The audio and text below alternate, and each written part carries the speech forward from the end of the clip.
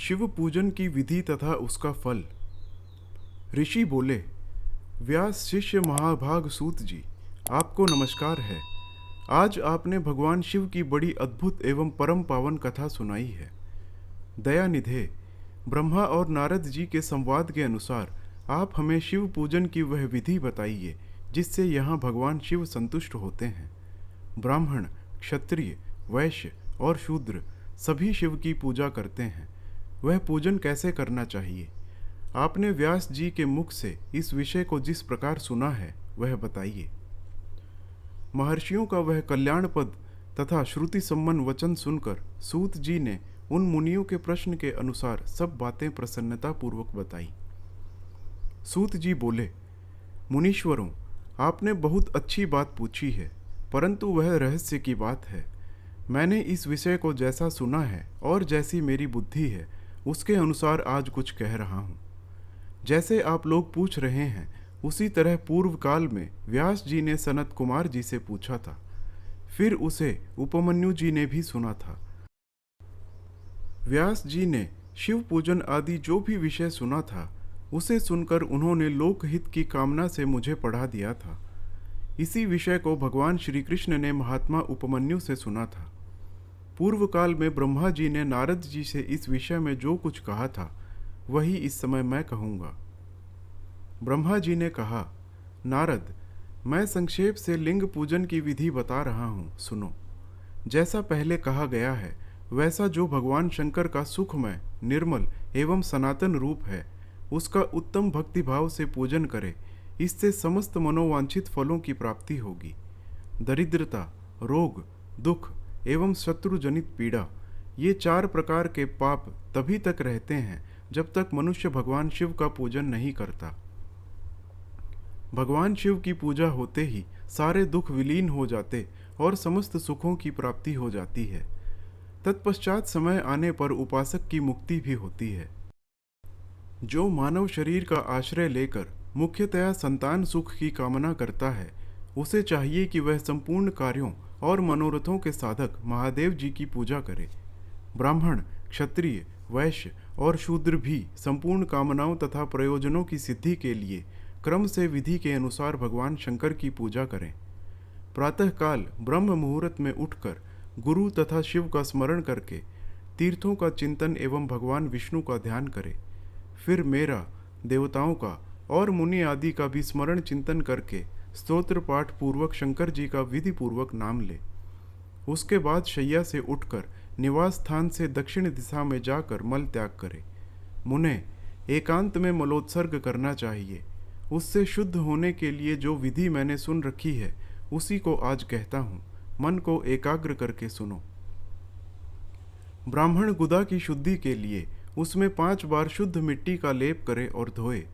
क्षत्रिय 4 बार, वैश्य 3 बार और शूद्र 2 बार विधि पूर्वक गुदा की शुद्धि के लिए उसमें मिट्टी लगाए। लिंग में भी 1 बार प्रयत्न पूर्वक मिट्टी लगानी चाहिए।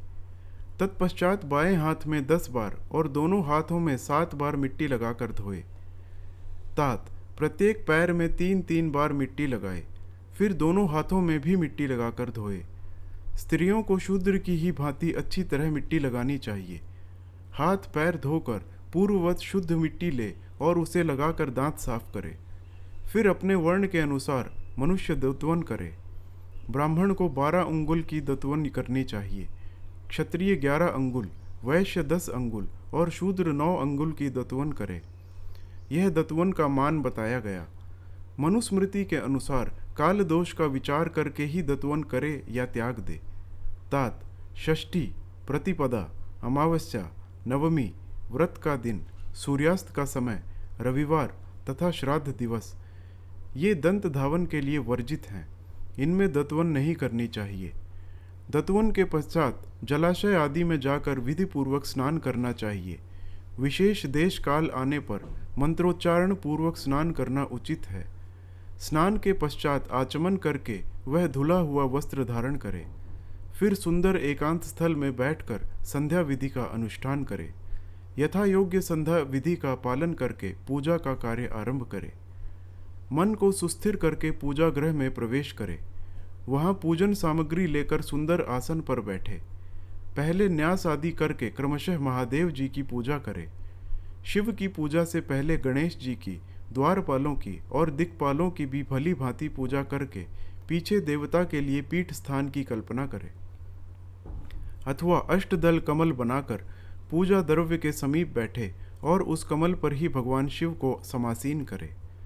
तत्पश्चात 3 आचमन करके पुनः दोनों हाथ धोकर 3 प्राणायाम करके मध्यम प्राणायाम अर्थात कुंभक करते समय त्रिनेत्रधारी भगवान शिव का इस प्रकार ध्यान करे। उनके 5 मुख हैं, 10 भुजाएं हैं, शुद्ध स्फटिक के समान उज्ज्वल कांति है, सब प्रकार के आभूषण उनके श्री अंगों को विभूषित करते हैं तथा वे व्याघ्र चर्म की चादर ओढ़े हुए हैं। इस तरह ध्यान करके यह भावना करे कि मुझे भी इनके समान ही रूप प्राप्त हो जाए। ऐसी भावना करके मनुष्य सदा के लिए अपने पाप को भस्म कर डाले। इस प्रकार भावना द्वारा शिव का ही शरीर धारण करके उन परमेश्वर की पूजा करे। शरीर शुद्ध करके मूल मंत्र का क्रमशः न्यास करे अथवा सर्वत्र प्रणव से ही षडंग न्यास करे। ओम अद्यत्यादिम रूप से संकल्प वाक्य का प्रयोग करके फिर पूजा आरंभ करे। पाद्य, अर्घ्य और आचमन के लिए पात्रों को तैयार करके रखे। बुद्धिमान पुरुष विधि पूर्वक भिन्न भिन्न प्रकार के 9 कलश स्थापित करे। उन्हें कुशाओं से ढक कर रखे और कुशाओं से ही जल लेकर उन सब का प्रोक्षण करे। तत्पश्चात उन सभी पात्रों में शीतल जल डाले। फिर बुद्धिमान पुरुष देखभाल कर प्रणव मंत्र के द्वारा उनमें निम्नांकित द्रव्यों को डाले। खस और चंदन को पाद्य पात्र में रखे। चमेली के फूल, शीतल चीनी, कपूर, बड़ की जड़ तथा तमाल, इन सब को यथोचित रूप से कूट पीस कर चूर्ण बना ले और आचमनीय के पात्र में डाले। इलायची और चंदन को तो सभी पात्रों में डालना चाहिए। देवाधिदेव महादेव जी के पार्श्व भाग में नंदीश्वर का पूजन करे। गंध, धूप तथा भांति भांति के दीपों द्वारा शिव की पूजा करे। फिर लिंग शुद्धि करके मनुष्य प्रसन्नता पूर्वक मंत्र समूहों के आदि में प्रणव तथा अंत में नमः पद जोड़कर उनके द्वारा इष्ट देव के लिए यथोचित आसन की कल्पना करे।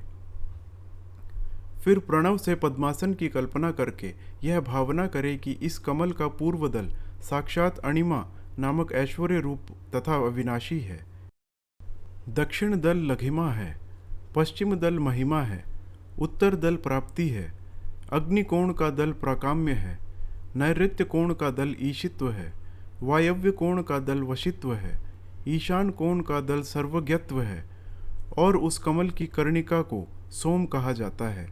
सोम के नीचे सूर्य हैं, सूर्य के नीचे अग्नि है और अग्नि के भी नीचे धर्म आदि के स्थान हैं।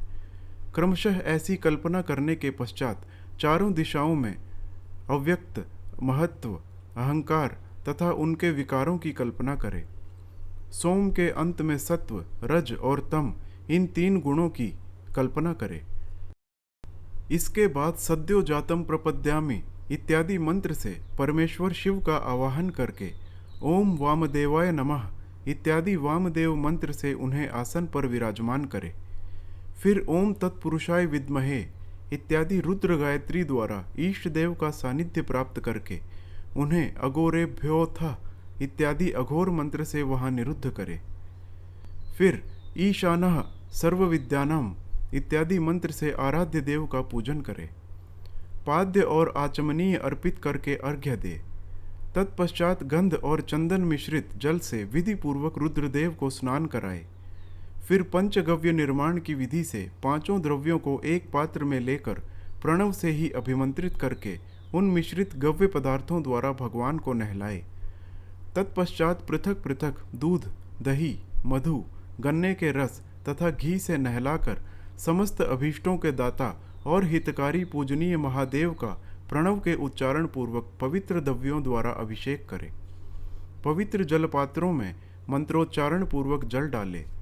डालने से पहले साधक श्वेत वस्त्र से उस जल को यथोचित रीति से छान ले।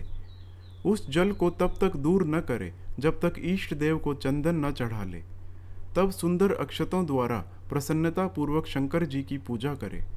उनके ऊपर कुश, अपामार्ग, कपूर, चमेली, चंपा, गुलाब, श्वेत कनेर, बेला, कमल और उत्पल आदि भांति भांति के अपूर्व पुष्प एवं चंदन आदि चढ़ाकर पूजा करे। परमेश्वर शिव के ऊपर जल की धारा गिरती रहे, इसकी भी व्यवस्था करे। जल से भरे भांति भांति के पात्रों द्वारा परमेश्वर को नहलाए। मंत्रोच्चारण पूर्वक पूजा करनी चाहिए, वह समस्त फलों को देने वाली होती है। तात, अब मैं तुम्हें समस्त मनोवांछित कामनाओं की सिद्धि के लिए उन पूजा संबंधी मंत्रों को भी संक्षेप से बता रहा हूँ, सावधानी से सुनो। पावमान मंत्र से, वांग्मय इत्यादि मंत्र से, रुद्र मंत्र तथा नील रुद्र मंत्र से, सुंदर एवं शुभ पुरुष सूक्त से, श्री सूक्त से, सुंदर अथर्व शीर्ष के मंत्र से, आ नो भद्राम इत्यादि शांति मंत्र से, शांति संबंधी दूसरे मंत्रों से, भारुंड मंत्र और अरुण मंत्रों से, अर्थाभीष्ट साम तथा देवव्रत साम से, अभित्वाम इत्यादि रथंतर साम से, पुरुष सूक्त से, मृत्युंजय मंत्र से तथा पंचाक्षर मंत्र से पूजा करे। 1 सहस्र अथवा 101 जल धाराएं गिराने की व्यवस्था करे। यह सब वेद मार्ग से तथा अथवा नाम मंत्रों से करना चाहिए। तदनंतर भगवान शंकर के ऊपर चंदन और फूल आदि चढ़ाए। प्रणव से ही मुखवास आदि अर्पित करे। इसके बाद जो स्फटिक मणि के समान निर्मल, निष्कल, अविनाशी, सर्वलोक कारण, सर्वलोकमय परम देव हैं, जो ब्रह्मा, रुद्र, इंद्र और विष्णु आदि देवताओं की भी दृष्टि में नहीं आते, वेद वेत्ता विद्वानों ने जिन्हें वेदांत में मन वाणी के अगोचर बताया है, जो आदि, मध्य और अंत से रहित तथा समस्त रोगियों के लिए औषध रूप हैं, जिनकी शिव तत्व के नाम से ख्याति है तथा जो शिवलिंग के रूप में प्रतिष्ठित हैं, उन भगवान शिव का शिवलिंग के मस्तक पर प्रणव मंत्र से ही पूजन करे। धूप, दीप, नैवेद्य, सुंदर तांबूल एवं सुरम्य आरती द्वारा यथोक्त विधि से पूजा करके स्तोत्रों तथा नाना प्रकार के मंत्रों द्वारा उन्हें नमस्कार करे। फिर अर्घ्य देकर भगवान के चरणों में फूल बिखेरे और साष्टांग प्रणाम करके देवेश्वर शिव की आराधना करे। फिर हाथ में फूल लेकर खड़ा हो जाए और दोनों हाथ जोड़कर निम्नांकित मंत्र से सर्वेश्वर शंकर की पुनः प्रार्थना करे। अज्ञानाद्यति वा ज्ञानात् जप पूजादिकं मया कृतं तदस्तु सफलम कृपया तव शंकरा। कल्याणकारी शिव, मैंने अनजान में अथवा जानबूझकर जो जप पूजा आदि सत्कर्म किए हों, वे आपकी कृपा से सफल हों। इस प्रकार पढ़कर भगवान शिव के ऊपर प्रसन्नता पूर्वक फूल चढ़ाए। स्वस्ति वाचन करके नाना प्रकार की आशीष प्रार्थना करे। फिर शिव के ऊपर मार्जन करना चाहिए। मार्जन के बाद नमस्कार करके अपराध के लिए क्षमा प्रार्थना करते हुए पुनरागमन के लिए विसर्जन करना चाहिए। इसके बाद अध्या से आरंभ होने वाले मंत्र का उच्चारण करके नमस्कार करे। फिर संपूर्ण भाव से विभोर होकर इस प्रकार प्रार्थना करे। शिवे भक्ति, शिवे भक्ति, शिवे भक्तिर्भवे भवे, अन्यथा शरणम नास्ति त्वमेव शरणम मम। प्रत्येक जन्म में मेरी शिव में भक्ति हो, शिव में भक्ति हो, शिव में भक्ति हो। शिव के सिवा दूसरा कोई मुझे शरण देने वाला नहीं। महादेव, आप ही मेरे लिए शरणदाता हैं। इस प्रकार प्रार्थना करके संपूर्ण सिद्धियों के दाता देवेश्वर शिव का पराभक्ति के साथ पूजन करे। विशेषतः गले की आवाज़ से भगवान को संतुष्ट करे। फिर सपरिवार नमस्कार करके अनुपम प्रसन्नता का अनुभव करते हुए समस्त लौकिक कार्य सुखपूर्वक करता रहे। जो इस प्रकार शिव भक्ति परायण हो प्रतिदिन पूजा करता है, उसे अवश्य ही पग पग पर सब प्रकार की सिद्धि प्राप्त होती है। वह उत्तम वक्ता होता है तथा उसे मनोवांछित फल की निश्चय ही प्राप्ति होती है। रोग, दुख, दूसरों के निमित्त से होने वाला उद्वेग, कुटिलता तथा विष आदि के रूप में जो जो कष्ट उपस्थित होता है, उसे कल्याणकारी परम शिव अवश्य नष्ट कर देते हैं। उस उपासक का कल्याण होता है। भगवान शंकर की पूजा से उसमें अवश्य सद्गुणों की वृद्धि होती है, ठीक उसी तरह जैसे शुक्ल पक्ष में चंद्रमा बढ़ते हैं। मुनिश्रेष्ठ नारद, इस प्रकार मैंने शिव पूजा का विधान बताया। अब तुम क्या सुनना चाहते हो? कौन सा प्रश्न पूछने वाले हो? भगवान शिव की श्रेष्ठता तथा उनके पूजन की अनिवार्य आवश्यकता का प्रतिपादन। नारद जी बोले, ब्रह्मन, प्रजापते, आप धन्य हैं, क्योंकि आपकी बुद्धि भगवान शिव में लगी हुई है। विधेय, आप पुनः इस विषय का सम्यक प्रकार से विस्तार पूर्वक वर्णन कीजिए। ब्रह्मा जी ने कहा, तात, एक समय की बात है, मैं सब ओर से ऋषियों तथा देवताओं को बुलाकर उन सबको क्षीर सागर के तट पर ले गया, जहाँ सबका हित साधन करने वाले भगवान विष्णु निवास करते हैं। वहाँ देवताओं के पूछने पर भगवान विष्णु ने सबके लिए शिव पूजन की श्रेष्ठता बतलाकर यह कहा कि एक मुहूर्त या एक क्षण भी जो शिव का पूजन नहीं किया जाता वही हानि है, वही महान छिद्र है, वही अंधापन है और वही मूर्खता है। जो भगवान शिव की भक्ति में तत्पर है, जो मन से उन्हीं को प्रणाम और उन्हीं का चिंतन करते हैं, वे कभी दुख के भागी नहीं होते। जो महान सौभाग्यशाली पुरुष मनोहर भवन, सुंदर आभूषणों से विभूषित स्त्रियां, जितने से मन को संतोष हो उतना धन, पुत्र पौत्र आदि संतति, आरोग्य, सुंदर शरीर, अलौकिक प्रतिष्ठा, स्वर्गीय सुख, अंत में मोक्ष रूपी फल अथवा परमेश्वर शिव की भक्ति चाहते हैं, वे पूर्व जन्मों में महान पुण्य से भगवान सदाशिव की पूजा अर्चा में प्रवृत्त होते हैं। जो पुरुष नित्य भक्ति परायण हो शिवलिंग की पूजा करता है, उसको सफल सिद्धि प्राप्त होती है तथा वह पापों के चक्कर में नहीं पड़ता। भगवान के इस प्रकार उपदेश देने पर देवताओं ने उन श्री हरि को प्रणाम किया और मनुष्यों की समस्त कामनाओं की पूर्ति के लिए उनसे शिवलिंग देने के लिए प्रार्थना की। मुनिश्रेष्ठ उस प्रार्थना को सुनकर जीवों के उद्धार में तत्पर रहने वाले भगवान विष्णु ने विश्वकर्मा को बुलाकर कहा, विश्वकर्मन, तुम मेरी आज्ञा से संपूर्ण देवताओं को सुंदर शिवलिंग का निर्माण करके दे दो। तब विश्वकर्मा ने मेरी और श्रीहरि की आज्ञा के अनुसार उन देवताओं को उनके अधिकार के अनुसार शिवलिंग बना कर दिए। मुनिश्रेष्ठ नारद, किस देवता को कौन सा शिवलिंग प्राप्त हुआ, इसका वर्णन आज मैं कर रहा हूँ, उसे सुनो। इंद्र पद्मराग मणि के बने हुए शिवलिंग की और कुबेर सुवर्णमय लिंग की पूजा करते हैं। धर्म पुखराज के बने हुए लिंग की तथा वरुण श्याम वर्ण के शिवलिंग की पूजा करते हैं। भगवान विष्णु इंद्र नीलमय तथा ब्रह्मा हेममय लिंग की पूजा करते हैं। मुने, विश्वे देवगण चांदी के शिवलिंग की, वसुगण पीतल के बने हुए शिवलिंग की और दोनों अश्विनी कुमार पार्थिव लिंग की पूजा करते हैं। लक्ष्मी देवी स्फटिकमय लिंग की, आदित्यगण ताम्रमय लिंग की, राजा सोम मोती के बने हुए शिवलिंग की तथा अग्निदेव वज्र अर्थात हीरे के बने हुए लिंग की उपासना करते हैं। श्रेष्ठ ब्राह्मण और उनकी पत्नियां मिट्टी के बने हुए शिवलिंग का, मयासुर चंदन निर्मित शिवलिंग का और नागगण मूंगे के बने हुए शिवलिंग का आदर पूर्वक पूजन करते हैं।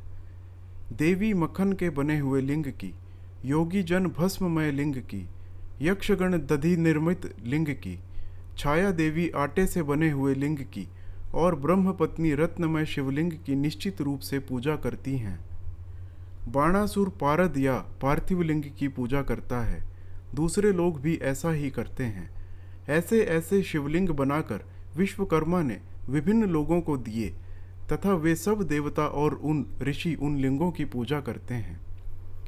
भगवान विष्णु ने इस तरह देवताओं को उनके हित की कामना से शिवलिंग देकर उनसे तथा मुझ ब्रह्मा से पिनाकपाणी महादेव के पूजन की विधि भी बताई।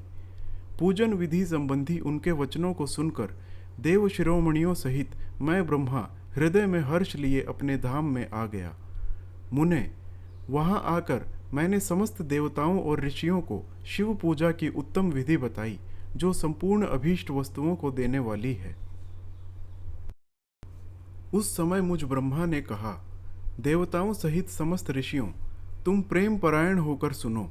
मैं प्रसन्नता पूर्वक तुमसे शिव पूजन की उस विधि का वर्णन करता हूँ जो भोग और मोक्ष देने वाली है। देवताओं और मुनीश्वरों, समस्त जंतुओं में मनुष्य जन्म प्राप्त करना प्रायः दुर्लभ है। उनमें भी उत्तम कुल में तो जन्म और भी दुर्लभ है। उत्तम कुल में भी आचारवान ब्राह्मणों के यहाँ उत्पन्न होना उत्तम पुण्य से ही संभव है। यदि वैसा जन्म सुलभ हो जाए तो भगवान शिव के संतोष के लिए उस उत्तम कर्म का अनुष्ठान करे जो अपने वर्ण और आश्रम के लिए शास्त्रों द्वारा प्रतिपादित है। जिस जाति के लिए जो कर्म बताया गया है उसका उल्लंघन न करे। जितनी संपत्ति हो उसके अनुसार ही दान करे। कर्ममय सहस्रों यज्ञों से तपोयज्ञ बढ़कर है। सहस्रों तपोयज्ञों से जप यज्ञ का महत्व अधिक है। ध्यान यज्ञ से बढ़कर कोई वस्तु नहीं है। ध्यान ज्ञान का साधन है, क्योंकि योगी ध्यान के द्वारा अपने इष्ट देव समरस शिव का साक्षात्कार करता है। ध्यान यज्ञ में तत्पर रहने वाले उपासक के लिए भगवान शिव सदा ही सन्निहित हैं। जो विज्ञान से संपन्न हैं, उन पुरुषों की शुद्धि के लिए किसी प्रायश्चित्त आदि की आवश्यकता नहीं है। मनुष्य को जब तक ज्ञान की प्राप्ति न हो, तब तक वह विश्वास दिलाने के लिए कर्म से ही भगवान शिव की आराधना करे। जगत के लोगों को एक ही परमात्मा अनेक रूपों में अभिव्यक्त हो रहा है। एकमात्र भगवान सूर्य एक स्थान में रहकर भी जलाशय आदि सभी वस्तुओं में अनेक से दिखते हैं। देवताओं, संसार में जो जो सत या असत वस्तु देखी या सुनी जाती है, वह सब परब्रह्म शिव रूप ही है, ऐसा समझो। जब तक तत्व ज्ञान न हो जाए, तब तक प्रतिमा की पूजा आवश्यक है। ज्ञान के अभाव में भी जो प्रतिमा पूजा की अवहेलना करता है, उसका पतन निश्चित है। इसीलिए ब्राह्मणों, यह यथार्थ बात सुनो। अपनी जाति के लिए जो कर्म बताया जाता है, उसका प्रयत्न पूर्वक पालन करना चाहिए। जहाँ जहाँ यथावत भक्ति हो, उस आराध्य देव का पूजन आदि अवश्य करना चाहिए, क्योंकि पूजन और दान आदि के बिना पातक दूर नहीं होते। जैसे मैले कपड़ों में रंग बहुत अच्छा नहीं चढ़ता है, किंतु जब उसको धोकर स्वच्छ कर लिया जाता है, तब उस पर सब रंग अच्छी तरह चढ़ते हैं। उसी प्रकार देवताओं की भली भांति पूजा से जब त्रिविध शरीर पूर्णतया निर्मल हो जाता है, तभी उस पर ज्ञान का रंग चढ़ता है और तभी विज्ञान का प्राकट्य होता है। जब विज्ञान हो जाता है, तब भेदभाव की निवृत्ति हो जाती है। भेद की संपूर्णतया निवृत्ति हो जाने पर द्वंद्व दुख दूर हो जाते हैं और द्वंद्व दुख से रहित पुरुष शिव रूप हो जाता है। मनुष्य जब तक गृहस्थ आश्रम में रहे, तब तक पांचों देवताओं की तथा उनमें श्रेष्ठ भगवान शंकर की प्रतिमा का उत्तम प्रेम के साथ पूजन करे, अथवा जो सबके एकमात्र मूल हैं, उन भगवान शिव की ही पूजा सबसे बढ़कर है, क्योंकि मूल के सींचे जाने पर शाखा स्थानीय संपूर्ण देवता स्वतः तृप्त हो जाते हैं। अतः जो संपूर्ण मनोवांछित फलों को पाना चाहता है, वह अपने अभीष्ट की सिद्धि के लिए समस्त प्राणियों के हित में तत्पर रहकर लोक कल्याणकारी भगवान शंकर का पूजन करे।